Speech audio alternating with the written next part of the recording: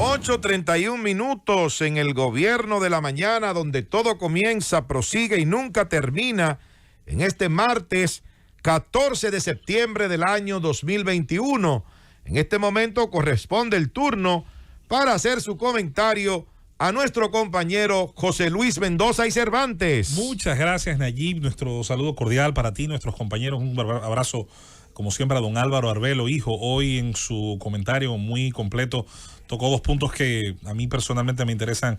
agregar un par de cosas. Primero, describía don Álvaro las peripecias, las dificultades de un puesto tan difícil como es el de los procuradores fiscales. Y hablaba esencialmente de algunos de los más importantes protagonistas en estos últimos años de esos puestos. Se refería ciertamente a la joven y destacadísima Jenny Berenice Reynoso. Yo quería agregar algo a don Álvaro sobre el puesto de la Procuraduría General de la República. Al procurador se le juzga en la cultura popular por su rendimiento en lo penal contra la corrupción administrativa. La población dominicana, tan concentrada en los hechos escandalosos por demás de la corrupción o de algunos crímenes horrendos, olvida a veces que esos puestos, porque ahora ella está al frente del PEPCA y es una procuradora adjunta, quien dirige la Procuraduría General de la República, señores, dirige la política carcelaria del país, dirige una escuela que es la escuela que forma a nuestros ministerios públicos. Es un director o directora, en este caso, por lo tanto, un cuerpo que termina de formar servidores públicos de altísima calificación. Pero por si todo esto fuera poco, la Procuraduría General de la República tiene una parte administrativa importantísima porque todos los días dirige una serie de procesos en sus distintos puestos de servicio al ciudadano. De hecho, tiene una división muy compleja donde entre fichas, documentos, poner al día documentación para salidas, por ejemplo, parejas divorciadas, separadas, con un hijo menor de edad en la permisología para que pueda salir del país ese padre, esa madre con su hijo. Hay una parte destinada de parte de la Procuraduría que trabaja con esa documentación. Lo mismo ocurre con el famoso tema de las fichas.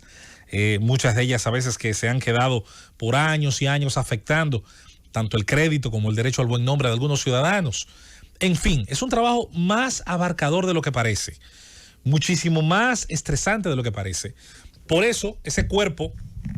de servidores públicos que trabaja de manera adjunta, no solo desplegado en toda la geografía nacional, en todas las fiscalías provinciales y en todos los municipios donde hay una presencia del Ministerio Público, es un trabajo muchísimo más complejo del que parece. Pero se me quedan cosas. La Procuraduría General de la República hace un trabajo de custodia de bienes que son en procesos muy complejos, algunos de ellos ocupados y que deben ser administrados, de que deben ser colocados en guarda, en que deben ser colocados bajo las llaves de ese Ministerio Público. Un proceso que, hay que decirlo, ha tenido sus más y sus menos. A veces ha habido situaciones ahí con algunos bienes, sobre todo algunos que son como los vehículos que van perdiendo valor o que necesitan mantenimiento, pero otros que son muy delicados y que necesitan en su salvaguarda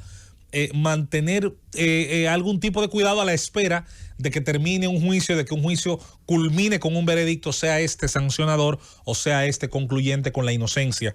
del individuo que está imputado. Es un trabajo. El INACIF, el Instituto Nacional de Ciencias Forenses, donde va todo lo que tiene que ver con información que ha de hacerse valer en un tribunal, sí, para esclarecer un delito, no importa el tipo de delito que sea, inclusive hasta de falsedad de escritura. Esa es la pericia científica de las pruebas. Por el INACIF. De manera que yo siempre insisto que cuando uno toma la lupa y se la pasa a ciertas instituciones, y esa es una que yo sé que Julieta conoce muy bien en su servicio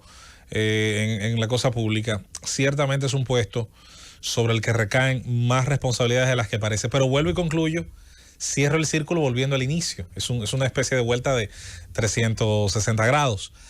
la mayoría de nuestra población, y eso no es una crítica que hago, es una realidad que describo, juzga ese puesto y esos puestos, incluido el PEPCA, incluido otros, solo por el rendimiento en lo penal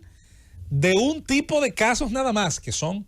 los relacionados a la administración técnica o administrativa, a la corrupción, perdón, técnica o administrativa en el Estado. Eso es un poquito complejo, pero implica porque hay que socializar bien la función en cada una de las instituciones del Estado. Por otra parte, referente al comentario que muy bien hacía don Álvaro con respecto a los aportes que hace nuestro queridísimo compañero Héctor Gómez, más adelante quizás vamos a agregar en otro segmento, pero solo decir, don Álvaro, esa lista extraordinaria de los 19 lanzadores que usted citaba, alguno de ellos, a Max Scherzer, el más reciente,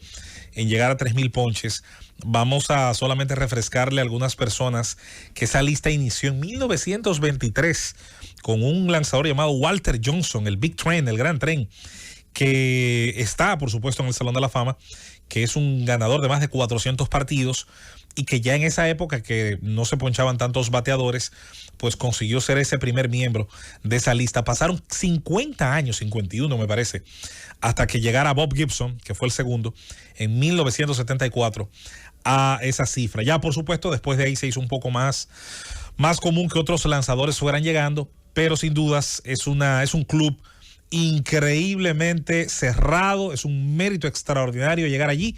Y dentro de ese grupo hay un dominicano, como muy bien ya lo decía don Álvaro, es Pedro Martínez, que fue uno de los que más rápido llegó en función de entradas lanzadas. Miren, en lo que el hacha va y viene, en República Dominicana se puede decir que el palo no descansa, al revés al refrán. La DNCD, que está en un momento, en un rumbo impresionante en materia de los caudales de droga que se están decomisando,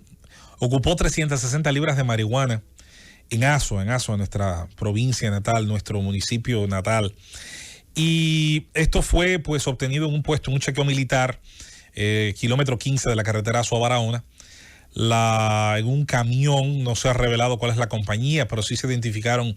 el conductor y el ocupante de la camioneta que se dirigía hacia la capital. En lo que parece, era un abastecimiento más que nada del mercado consumidor local. Muchas veces se olvida cuando se habla de narcotráfico, ciertamente sorprende más y llama más la atención el narco a gran escala, el narco que busca el puente geográfico hacia Estados Unidos, el que busca a través de barcos, a través de contenedores, a través de aviones, de cualquier vía, llegar al mercado estadounidense. A veces se nos olvida que hará cuestión de unas 2 décadas, un poco más tal vez, los narcotraficantes dejaron de recibir paga en territorio local en dinero en efectivo y prefirieron que la paga fuera en especie. La paga en especie pues le permitía abastecer un mercado interno de consumidores, un mercado que en algún momento, en el caso de algunos tipos de estupefacientes, había un estereotipo, un pensamiento cerrado de que solamente se daba el consumo, por ejemplo, de algunas drogas como la cocaína o la heroína dentro de grupos sociales muy bien acotejados económicamente, muy bien posicionados en materia del poder adquisitivo. Sin embargo, los tiempos fueron demostrando que el microtráfico no solamente estaba a la espera de esos consumidores de distintas edades, pero sobre todo jóvenes, alrededor de discotecas, alrededor de ciertas calles, esperando que estos jóvenes hijos de las élites o de alta alcurnia pues fueran a buscar estas sustancias, sino que el tiempo demostró que el microtráfico comenzaba a abarcar otros segmentos de la sociedad, incluyendo segmentos muy vulnerables, segmentos donde el consumidor, producto de la escasez de recursos, muchas veces se ve conminado a terminar siendo participante en el delito. Está el famoso fenómeno estudiado, no solo en territorio dominicano, estudiado incluso en los Estados Unidos, de esos barrios más pobres, más vulnerables, más humildes, sectores de trabajadores, donde se dan altos índices de consumo y donde necesariamente una parte de esos consumidores, una vez comienzan a perder sus capacidades psicomotrices, sus capacidades intelectuales comienzan a verse afectadas y por lo tanto su capacidad de producir dentro de una empresa, dentro de un trabajo, de ser puntuales, de trabajar y respetar ciertos manuales de procedimiento, entonces terminan convirtiéndose penosamente en medio de la ansiedad, en medio del delirium tremens, en medio de la ansiedad que les genera ya en su sistema nervioso central el hecho de volver a tener una nueva dosis, entonces sustenta muchísimo las estadísticas de los robos, los atracos, el hurto, el hecho de primero acabar con todo cuanto puedan que esté a su alcance en su casa o en sus alrededores. Yo diría, sí. José Luis, sí, oyendo este comentario tan interesante que tú has hecho, un estudio, un análisis no solo del mercado de las drogas, sino de las condiciones psicológicas y sociológicas y económicas que impone. Y yo agregaría esto, ¿verdad? Así de pasada, el hecho de que entonces empezaban a quitarle la droga que le daban a ciertos sectores, sobre todo los barrios pobres, y a no darle la droga y ellos no tener dinero para comprarla, ¿qué hacían? Los integraban a la venta de las drogas y los convertían en pequeños traficantes. Eso es correcto. Hay todo un fenómeno de captación, don Álvaro, de reclutamiento forzoso, si se quiere, aprovechando, como muy bien usted dice, la pobreza, aprovechando los graves dilemas del joven que ni trabaja ni estudia, pero también agregando ese fenómeno del que ya siendo adicto, ya obligado prácticamente por un sistema nervioso dañado, carcomido, pues se ve de alguna manera conminado a hacer lo que le pida quien está en una posición dominante, que es el surtidor, que es, como le llaman en España, el camello, el que tiene el control del alijo. Eso no solo, que tú lo sabes mejor que yo, no solo obligándolos a vender la droga, no solo obligándolos a ser elementos transportistas de la droga, sino también obligándolos a hacer otras cosas. De todo. Como la de matar, la de secuestrar, etcétera, incluyendo a elementos que se han salido del problema de las drogas, y entonces los mandan a matar, y a otros que no tienen nada que ver con las drogas, pero sí con algún problema personal con el capo de la zona, mandarlo a eliminar. Y eso, don Álvaro, describe muy bien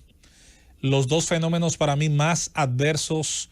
de toda esta situación, que son el pasivo sanitario, el pasivo de salud de una sociedad que en distintos niveles, dependiendo cuál sea, tiene por lo tanto una parte importantísima de su sociedad en distintos niveles de edad, en distintos niveles socioeconómicos, con los niveles de ansiedad, con los daños al sistema nervioso central, con los daños al sistema cardiovascular, con los daños hepáticos, renales, que generan estas sustancias que, dicho sea de paso, y como hemos dicho otras veces, al venderse, al traficarse, al contrabandearse en la clandestinidad, no tienen ninguna medida de calidad, no tienen ningún sello sanitario, no hay. Usted no puede ir a Proconsumidor a quejarse de que se la vendieron de mala calidad, porque está adquiriendo algo que dentro de la prohibición no admite, por lo tanto, a menos que sea la venganza individual, a menos que sea el propio crimen, ajustes de cuenta en relación a los niveles de calidad que llegan al consumidor final. Y eso, que se ha estudiado en muchos documentales, hay mucho material en la red, hay mucho material en los distintos servidores de contenido. Mientras más se aleja una droga, cualquiera que sea esta, de su punto de origen, de su punto de fabricación, de su laboratorio o cocina, como le suelen llamar, pues tiende a ser mezclada con otras sustancias más dañinas todavía para el consumidor final, que tendrá luego pues una terrible serie de acontecimientos relacionados a enfermedades adquiridas en el proceso de consumo. Está el pasivo de salud que hemos descrito y, como muy bien decía don Álvaro, el rastro de sangre, ajustes de cuenta, venganzas, intentos de robo que terminan mal, intentos entre grupos de controlar los famosos puntos de droga, los enfrentamientos con la policía, sea porque la policía esté ciertamente haciendo su trabajo de enfrentar a un bloque criminal, o porque dentro de a veces una relación también de corrupción, ¿por qué no decirlo? Es penoso, pero se da, aunque con esto no queremos estigmatizar a todo policía ni militar, pero ciertamente se ha dado de todo en la viña del Señor, pues muchas veces termina también aconteciendo un hecho de sangre, un hecho donde todo el que esté en medio, todo el que esté por ahí, pues puede ser víctima de un balazo de esas armas, hay que decirlo, de muy alto nivel, que permite también el narcotráfico adquirir. De manera que quería hoy, y pienso de alguna manera con eso ya concluimos y cerramos Cundo, señalar que el aspecto de la droga, si bien se discute a veces en lo más alto, la narcopolítica, que es un fenómeno apasionante, curioso, se habla del glamour de los narcotraficantes, se habla de todo el tema de las cifras que son impresionantes, pero a veces nos hace falta un poquito, así sea duro para los oídos, así sea traumático escucharlo. Hay que bajar al subsuelo de ese fenómeno que nos va dejando una población enferma, pero que nos va dejando también un rastro de sangre en lo más vulnerable de nuestros sectores sociales, para comprender cuál es la parte, quizás, en mi opinión, más negativa todavía de ese amplio fenómeno. Llévatelo, Cundo.